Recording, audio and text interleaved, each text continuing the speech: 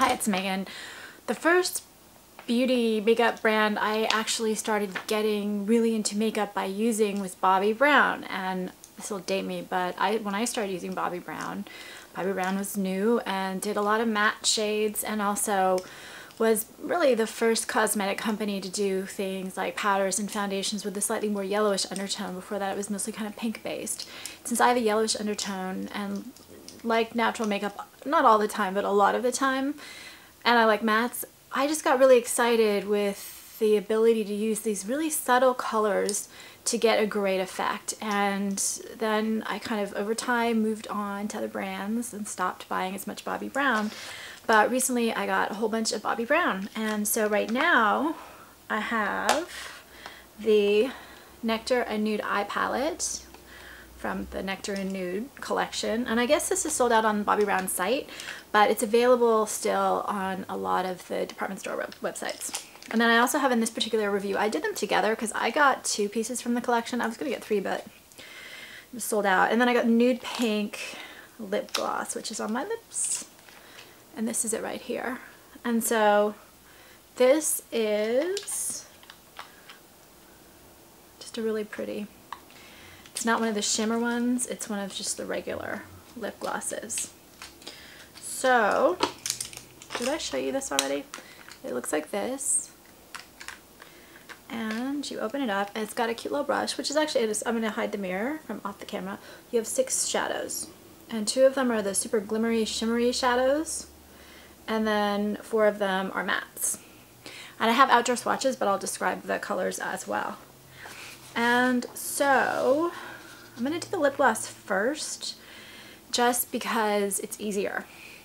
So according to Bobbi Brown, it's formulated with soothing botanical extracts including avocado, jojoba, and chamomile oils, and aloe extract to keep lips soft and subtle. And then it has a new tapered applicator. This is the new tapered applicator. Since I haven't bought Bobbi Brown lip glosses for a really long time, I don't know what they look like now. What I love about it, and I do love the color, I don't know, I'm just not into shimmery, glimmery lip glosses right now. I'm more into ones that are a little bit more opaque and just add shine but not shimmer. It's just my mood. I think part of it is because so many makeup companies have been putting so much glitter and shimmer into things lately. I'm just always trying to find things that don't have shimmer, since so much of what I'm going to put on will have shimmer.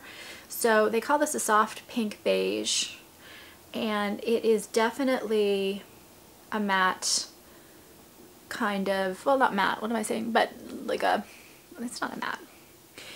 It's definitely a creamy color and also just good coverage. I guess opaque is really the word, not matte. It's pretty opaque, and I have very pink pigmented lips, but I get a really good color out of this. It also lasts better. It's kind of a sticky gloss. It's definitely, like, I can feel it. It's heavier, and the good thing about that is that it lasts a lot longer. So for me, lip glosses don't last particularly long. This will last about an hour and a half. It has a slight smell to it. I guess vanilla is what it's supposed to be, and yeah, I can get that. To me, it's a chemically vanilla, but I don't really notice it once it's on my lips for very long. So in this particular collection, they had 2 of these regular lip glosses. They had one of the extra glossy, extra shiny with a lot of glitter in it, which I skipped. The other one of these types of lip glosses was Nectar, which is like a very orangey, looked really pretty, but I just didn't get it. And then they had the palette, they had a shimmer, those shimmer stick things, and nail polish. And so I love this lip gloss, just adore it. I think it's just an amazing, great addition to most people's collections because it can go kind of to the pink side of the blush formulas or the more orange pink coral, and I think as we head into summertime we get a little bit more color, it's going to be even more flattering. And then it's a great neutral lip, which with all these crazy eyeshadows and shimmers and this and that and the other, it's just a nice thing to throw in your bag. It'll match everything. I love it. This is the next thing to talk about. So again, outdoor swatches of both of them, so you can see them in the natural light, not this light. So the first one is what I think of as like a typical Bobbi Brown color. It's a pale cream. They call it a warm porcelain, and it's not going to show up at all on my wrist, just not at all. The next one is, they call it a soft buff eyeshadow, a warm nude. And again, this is barely going to show up.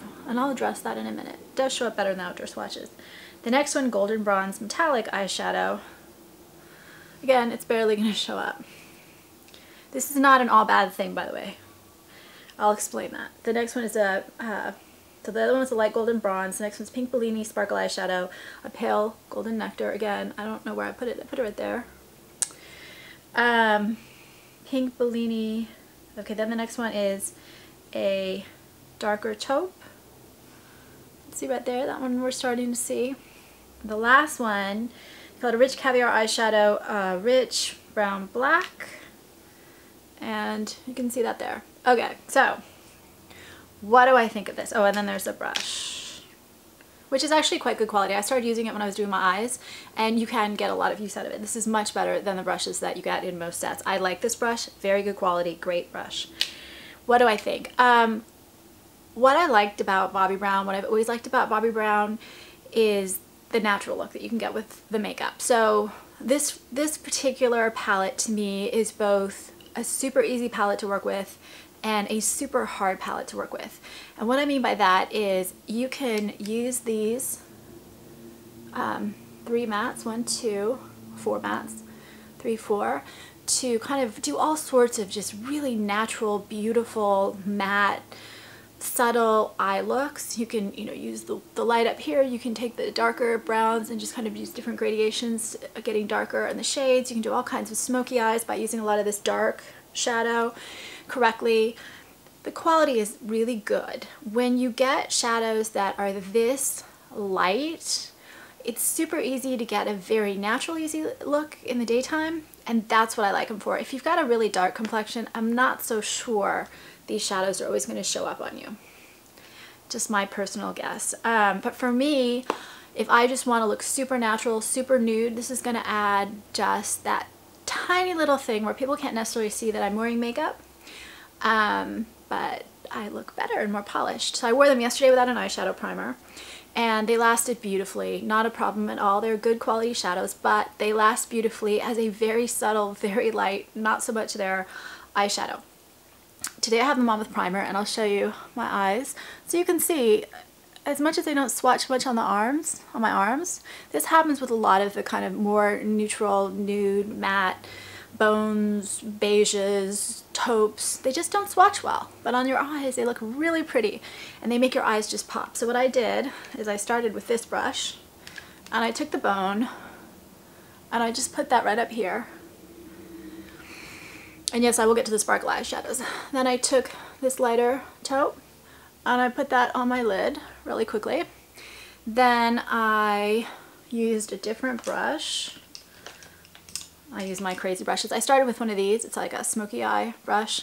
And I took this right here, and I started lining under my eyes like that. This is the darker of the taupes. And then I created just some definition in the crease. And I put a little bit in the outer corner, but not a lot. But I went all the way in just to get a little bit of definition.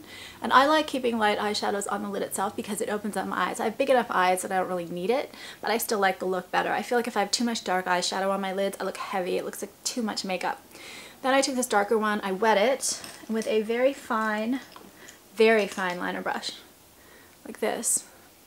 I took that and I lined the upper eye very close to the lashes, and then I did partway here with that brush. And then I took, this is actually a strange brush. It's a very hard, thin, it looks wide and it is, but this is really good to get very precise application because it is such a hard brush.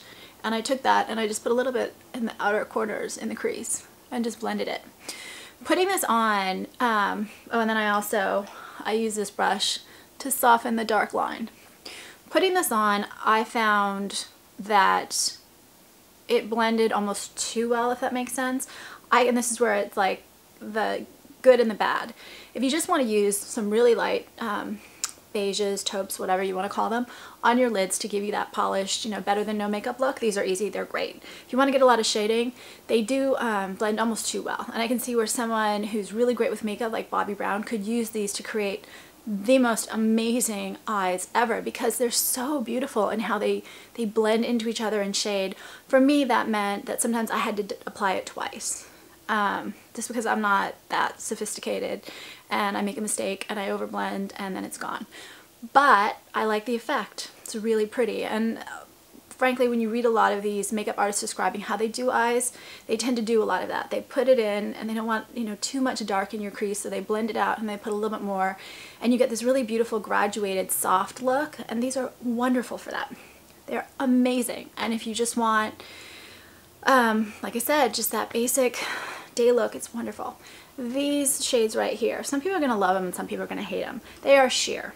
I did take my bigger brush and I took this peach one and I just dabbed it right here. And these can be used over the taupes to just create a sheer wash of shimmer, if you like that look. I like that look. What I'm going to do with them, quite frankly, is just use them alone. And when I'm in a hurry, I will very often just put a sheer wash of shimmer on my eyelids and go with that, and then either do a bright lip or a neutral look, whatever I'm in the mood for. But it's a really quick 2-minute makeup trick. It just kind of brightens up and opens up my eyes. So yes, they are light. Yes, they are super shimmery. Yes, they are just a sheer wash of color. If you hate that, these are not for you. I think that's it. Was there anything else I was going to say? So it's $48. It is 0.3 ounces, and a regular eyeshadow is 0.08, which is $21, and a sparkle one is 0.13, which is $32, so it's a good deal. And I really like it. They say it includes a mix of metallic, sparkle, and matte finishes, so I guess the bronze is supposed to be metallic, which I don't know that I really agree with quite. Yeah, I guess I can see that. So I get more a sheer metallic wash and a sheer shimmer wash, so I can agree with that. It is more metallic, but I didn't see it. I had to read it. But on me, it's more it's less a metallic than kind of a lighter, finer gradation of shimmer than the other one. I think that's it. If you have this, I'd love to hear it. I know some people are probably not going to like it as much as I do. If you have suggestions for other videos or thoughts on this particular line, I would love to hear it. I'm also doing a series, a novel chapter by chapter on YouTube called Masks, which is about makeup and the masks we wear. And I think that's it. My summation on this one, this is what I like Bobbi Brown for, but I can understand that not everyone wants such a natural sheer look. And if you don't, this is not the palette for you. If you do, I think the quality's great. I had great consistency and quality from it. Thanks.